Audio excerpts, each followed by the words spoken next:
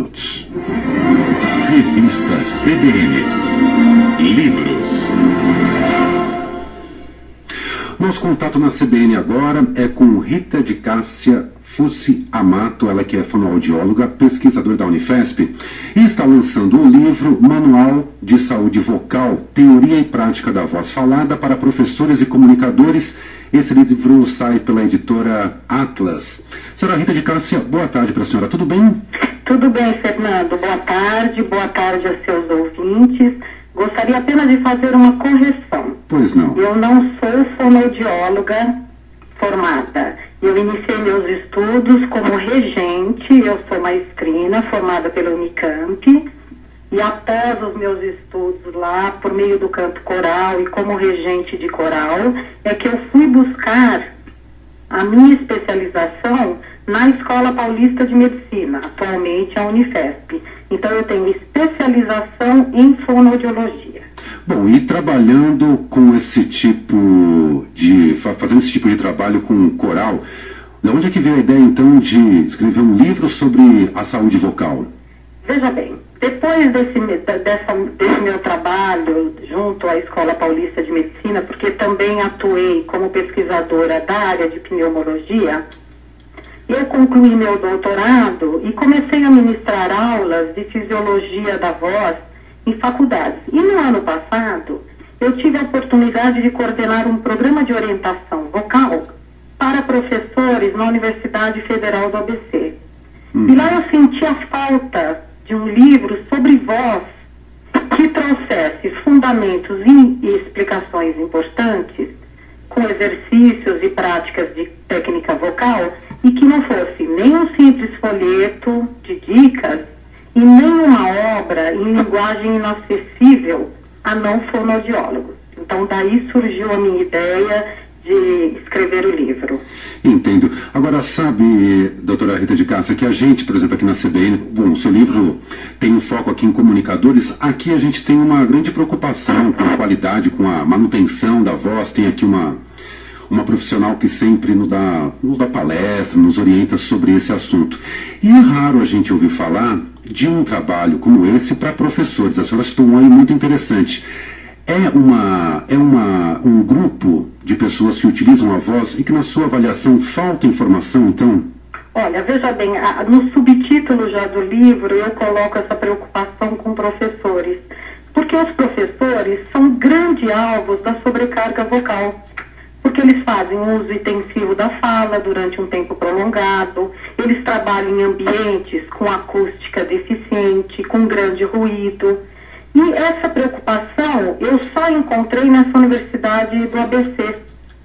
Então eu quis dedicar o livro aos professores e tratar com carinho esse professor que atua desde a educação básica até a universidade e às vezes não encontra um material de referência e que o estimule a práticas e a cuidados com sua voz. E falando então de algumas práticas e cuidados com a voz, o que seria primordial para um professor que, digamos, aquele que nunca pensou ainda em cuidar da voz e que está ouvindo a gente, o que a senhora sugere? Olha, veja bem, nós temos várias dicas de saúde vocal que até fazem parte de alguns folhetos que são divulgados, principalmente agora na semana que nós teremos de 12 a 16 de abril, que é a Semana da Voz. O livro, inclusive, será lançado no Dia Mundial da Voz, que é o dia 16 de abril. Então, veja bem, nós temos alguns cuidados básicos. Quanto à alimentação, nós temos que tomar cuidado com os alimentos fritos e ricos em gorduras, com as comidas pesadas e muito condimentadas, que acabam retardando a digestão. Você tem muitos professores que, ao frequentar um otorrinolaringologista, às vezes tem o diagnóstico do DRGE, que é o refluxo gastroesofágico, doença do refluxo gastroesofágico, que significa esse professor, ele às vezes chega tarde da noite em casa, ele faz a sua alimentação, às vezes não tão adequada, não tão leve, e ele vai deitar-se em seguida. Isso, com o passar do tempo, vai criar danos às pregas vocais. As pregas vocais ficarão edemaciadas, inchadas, e esse professor, ao acordar de manhã, sentirá que a sua voz está mais rouca, que ele tem dificuldade de emissão. Então, o cuidado com a alimentação é uma questão básica. Outras duas questões básicas são a ingestão do álcool, que todos nós sabemos que o álcool ele provoca mais de 60 tipos de doença, inclusive cânceres de esôfago e de fígado. O tabagismo, que nós sabemos que é um vício severo. A Organização Mundial da Saúde, por exemplo, coloca 1/6 do mundo fuma. E o cigarro vai matar mais da metade dos seus usuários.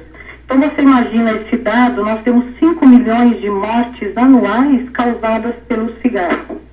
Agora, tirando esses dois fatores, você tem o cuidado, então, com a alimentação, a questão da hidratação, porque as pregas estão dentro do nosso corpo, estão na laringe, mas quando você se hidrata, quando você bebe água, você tem uma hidratação indireta das pregas vocais.